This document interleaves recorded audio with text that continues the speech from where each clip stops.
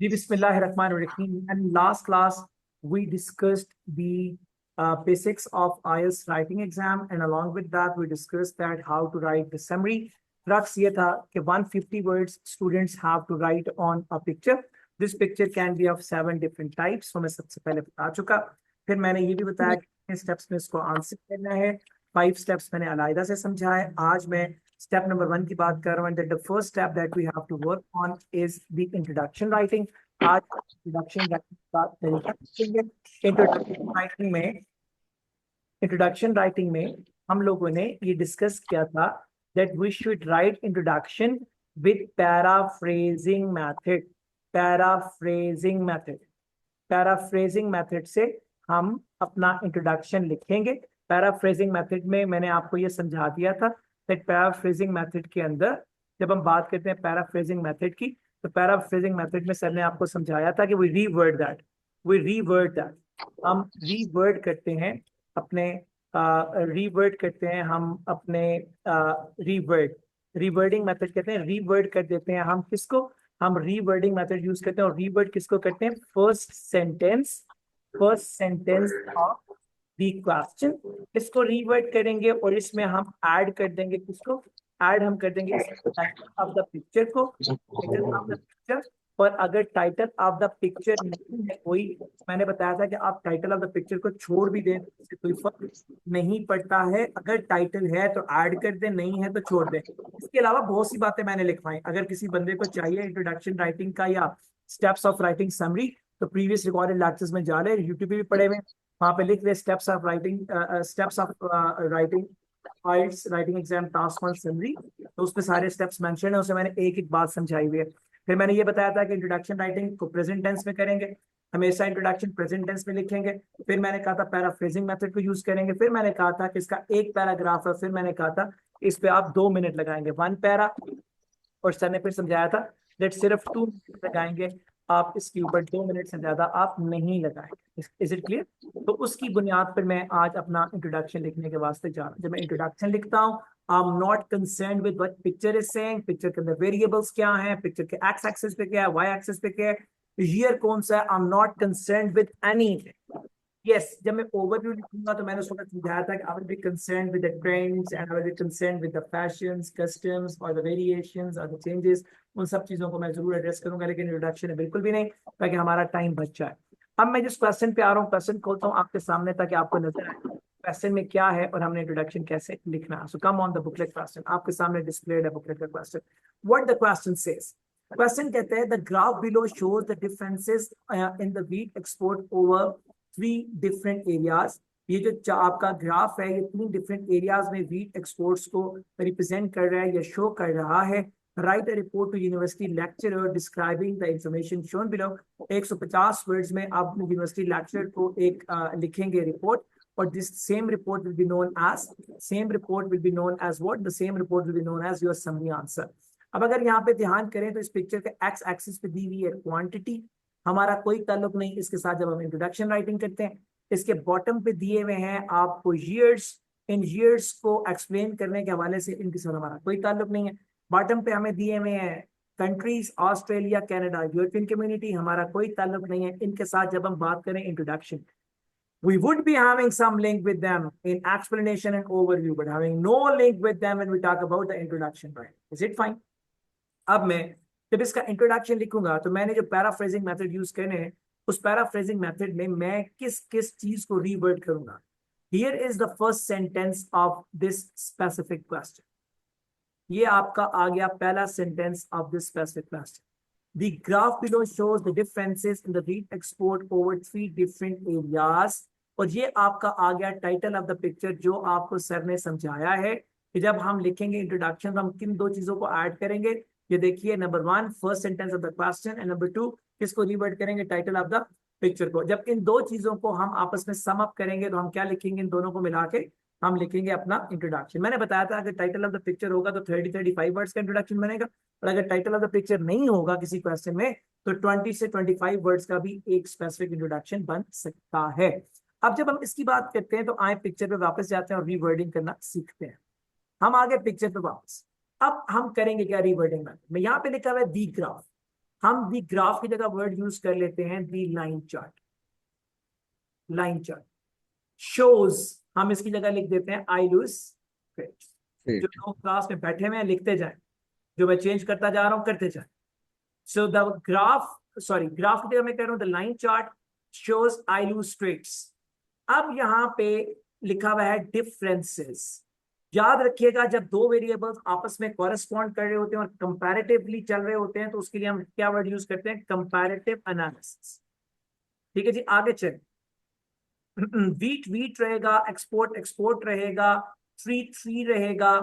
Over को हम इन कर सकते हैं, डिफरेंट को हम कर देंगे मल्टीपल, मल्टीपल एरियाज को हम कर देते हैं रीजन्स। रीजन्स भी कर सकते हैं, और अगर और अच्छा करना है तो we can even talk about states, because नीचे मुल्कों के नाम लिखे हुए थे। ठीक है जी, आगे चलिएगा। अब टाइटल अगर मैं इसमें ऐड करूं तो वीट एक्सपोर्ट गुजर गया, वीट का वर्ड भी गुजर गया, एक्सपोर्ट का वर्ड भी गुजर गया। जो चीज रह गई वो ये है 85 से 90। और सर ने समझाया था कि जब टाइम ट्रैक्स आ रहे हो तो हम उसके लिए क्या वर्ड यूज करेंगे, स्पैन। Is it clear? यहां तक हमने रीवर्डिंग कर ली, पहला सेंटेंस रीवर्ड कर लिया, और रीवर्ड करने के बाद पहले सेंटेंस को 1985 टू 1990 हमने उसमें ऐड कर दिया। आफ्टर दैट एक चीज रह गई टाइटल में, वो क्या है, इन मिलियन टन्स। मींस जो क्वांटिटी मेंशन हुई हुई है वो किस में है, million tons. Is it fine? अब इन वर्ड्स को चेंज करके और मिलियन टन्स को टाइटल को ऐड करने के बाद क्या इंट्रोडक्शन बनेगा, I am going to write that. देखिएगा जरा इसको। The line chart, the line chart illustrates the comparative, the comparative analysis. पहले इसको समझ ले फिर लिखिए, पहले समझ ले, मैं 5 मिनट का ब्रेक दे दूं। The line chart illustrates the comparative analysis of the wheat exports, of the wheat export to three Different states. multiple, Multiple. three multiple states over a span of 5 years from Between 1985 to 90. 1990, full stop. The export, the export, अब quantity का word हमने use करना है। Quantity के लिए मैंने आपको personal word लिखवाया, क्वांटिटी, टोटल, फिगर, क्वांटिम, ये सारी वोकैबुलरी मैंने खुद करवाई। The export quantum is mention in million, export Tons. quantum is mentioned in million tons, and your introduction is over. आपका इंट्रोडक्शन खत्म। What I did, what effort you people made, except nothing except हमने reward कर दिया किसको, पहले sentence को, और हमने पहले सेंटेंस को रीवर्ड करके उसमें टाइटल ऐड कर दिया और हमारा इंट्रोडक्शन बन गया। क्लियर? सो अब मैं फिर दोबारा दिखा रहा हूँ पिक्चर को, फिर दोबारा पिक्चर को देखिए, और अब मैं उसको जो लिखा हुआ था मैं उसको हटा रहा हूँ और फिर आपको पिक्चर दिखा रहा हूँ, देखिएगा। So the graph below shows the difference in the wheat export over 3 different areas.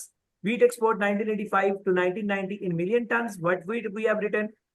The line chart illustrates the comparative analysis of wheat export to 3 multiple states over a span of 5 years from 1985 to 1990. The export quantum is mentioned in million tons. I believe that something has been understood. Nothing to get worried about, nothing to think upon. Simply follow what I'm saying. Just paraphrase the first sentence and add title into it and get your extremely required introduction of the summary. So now go for another introduction now, and it is known as a bar chart question. देखते हैं question क्या कहता है। Question कहता है the following bar chart shows the different modes of transportation used to travel to and from work in one European city in 1960, 1980 and 2000.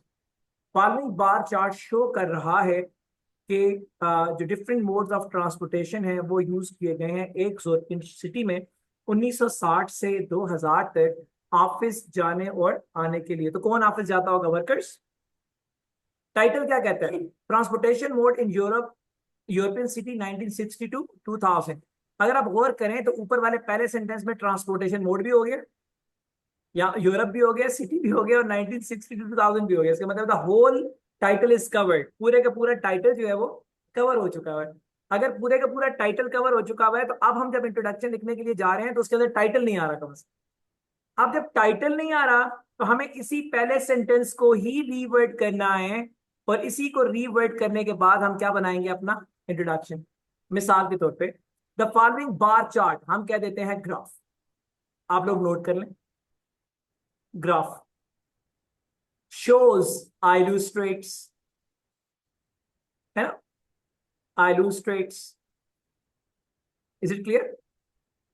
Different modes, अब जब दो या दो से ज्यादा चीजें, मैंने बताया था कि आपस में मुकाबला कर रही हो, जैसे भाई यहाँ पे अगर गौर करें तो 3 मोड्स हैं, 4 मोड्स हैं, बाइक, बस, कार एंड फुट। इनका मुकाबला हो रहा है ना एक दूसरे के साथ, कंपैरिजन हो रहा है ना।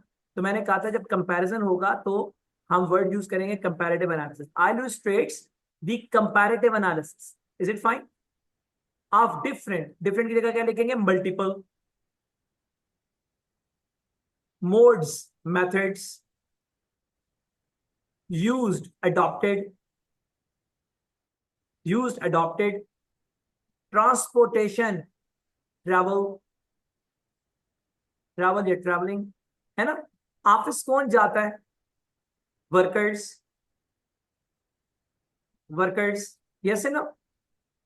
In one European city, one one रहेगा, यूरोप यूरोप रहेगा, सिटी सिटी रहेगा। ये आगे 40 साल। तो क्या वर्ड सर ने सिखाया, गैप के लिए क्या वर्ड यूज करेंगे हम एग्जाम में, span of 40 years from 1960 to 2000। Is it fine? अब ये वर्ड्स मैंने लिखे, आप जैसे ही इन वर्ड्स को कंप्लीट कर लेंगे तो I am going to write the introduction of this question. Is it fine?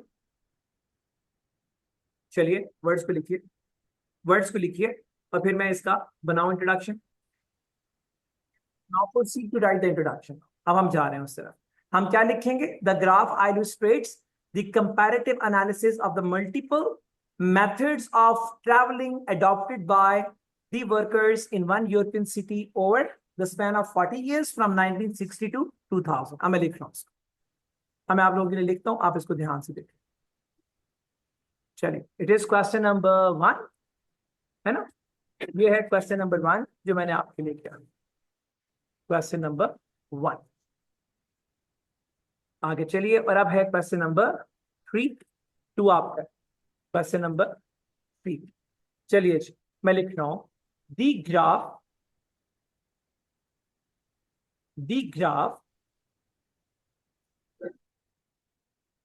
illustrates the comparative analysis,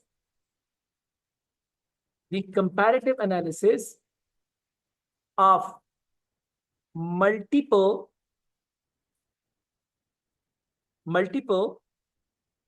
mediums of traveling adopted by the workers in a European city over a span of 40 years from 1960 to a year 2000, full stop.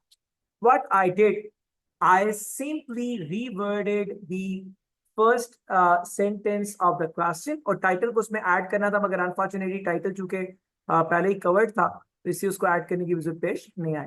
मैंने कहा था title को add करेंगे तो आपके about 30 to 35 words बन जाएंगे। तो देखें पहले वाला जो मैंने लिखा है इंट्रोडक्शन, ये है 33 वर्ड्स का। जो मैं दूसरे वाला लिखा है इसमें चूंकि टाइटल शामिल नहीं है लेकिन लाइंस थोड़ी सी, आई मीन वर्ड्स थोड़े ज्यादा थे, तो ये ऑलमोस्ट 30 का। Is it done? Go for question number 4 आपका है। मेरा क्वेश्चन कौन सा है, क्वेश्चन नंबर 5। क्वेश्चन नंबर 5 मेरा है। अब क्वेश्चन नंबर 5 देखते हैं क्या है, और क्वेश्चन 5 का इंट्रोडक्शन मैं लिखूंगा और फिर इसके बाद आपका टेस्ट शुरू हो जाएगा for question number 2, question number 4 and question number 6। चलिए आगे। So I am moving towards the next question and this question which is in front of us। अभी अगला सवाल जो है, this is your question, ये आपका सवाल है, ये भी आपने करना है। And then here is the next question and this next question is a table class. Okay, so इस टेबल में 4 कॉलम्स हैं, the countries A, B and C and the total spending and the living cost and the heads of accounts are given here. हमारा कोई ताल्लुक नहीं है इससे कि क्या परसेंटेज दी हुई है, because we are writing introduction. Introduction क्या कहता है? The table below gives information about the average annual spending of university students in 3 different countries, summarized in 150 words. Title है ही तो टाइटल तो आया ही ना। फिर जब टाइटल है ही नहीं तो टाइटल आएगा ही नहीं, तो फिर हम क्या करेंगे? What will we do? अब हमें क्या करना है? अब हम क्या करने के वास्ते जा रहे हैं? अब हम क्या करने जा रहे हैं? अब हम करने ये जा रहे हैं कि हम अपने जो एक ही सेंटेंस जो दिया हुआ है उसी सेंटेंस को हम रिवर्ट करेंगे। हम कैसे रिवर्ट करेंगे? टेबल का कोई सिनोनिम नहीं, सो मैं यहाँ पे टेबल का वर्ड ही यूज करूंगा। The table gives information, illustrates information, data. But जब भी 2 वेरिएबल साथ साथ होते हैं, सर ने क्या बताया था, क्या वर्ड यूज करना है? illustrates the comparative analysis, gives, illustrates, clear? Comparative analysis of information, data about, relating to, clear or not? Relating to, average, approximate, है ना? approximate, annual, yearly, है ना? spending, expenditures made by university रहेगी, students, graduates in 3 different multiple, है ना, countries, states. Yes or no? तो हमारा क्या बनेगा introduction? The table illustrates the comparative analysis of the data relating to the approximate yearly spending of university students in 3 multiple states. Full stop. हम ये भी लिख सकते हैं 3 multiple states across the globe. हम ये भी लिख सकते हैं, क्लियर? उसको और बेहतर कर सकते हैं, and we can make it even. That is not a problem. Is it fine? चलिए, अब मैं इसको बनाने जा रहा हूँ और इंट्रोडक्शन लिखता हूँ जैसे मैंने अभी आपको लिख के दिखाया है। अब मैं जा रहा हूँ और इस इंट्रोडक्शन को लिखता हूँ। पैराफ्रेजिंग हो गई और अब मैं इसको लिख रहा हूँ। Okay, the table illustrates the comparative analysis of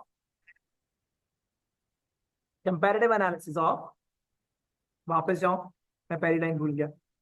okay, data, comparative analysis of the data relating to the approximate yearly spending.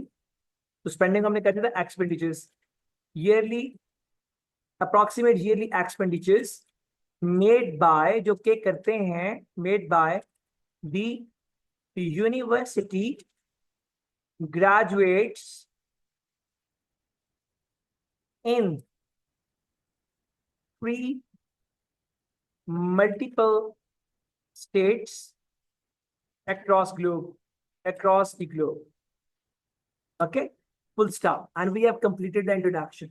The table illustrates the comparative analysis of the data relating to the approximate yearly expenditures made by the university graduates in 3 multiple states across the globe. States आएगा, state नहीं, states होगा, इसको ऐसे कर लीजिए। तो हमने paraphrasing करके अपना इंट्रोडक्शन मुकम्मल किया, और इस पैराफ्रेजिंग के बाद जो हमारा इंट्रोडक्शन है, it is of 27 words because there is no title, and that is what I told you in the first class. अगर टाइटल नहीं होगा तो कहीं 25, 26, 27 वर्ड्स पे जाके आपका इंट्रोडक्शन खत्म हो जाएगा। Is it fine not? लेकिन अगर टाइटल होएगा तो ऐसा नहीं होएगा, क्लियर? टाइटल होएगा तो तकरीबन 35 वर्ड्स तक आपका इंट्रोडक्शन चला जाएगा, clear? So what we have done now, we have learned that how to write the introduction using paraphrasing method. हमने कैसे लिखना है इंट्रोडक्शन यूजिंग पैराफ्रेजिंग मेथड, और वो मैंने 3 क्लासेस आपके सामने करे हैं। अब question number 2, question number 4 and question number 6 is your work that what you have to do. आपके सामने ये डिस्प्लेड है, गौर से देखिए ताकि आपको लिखते हुए कोई तकलीफ महसूस ना हो।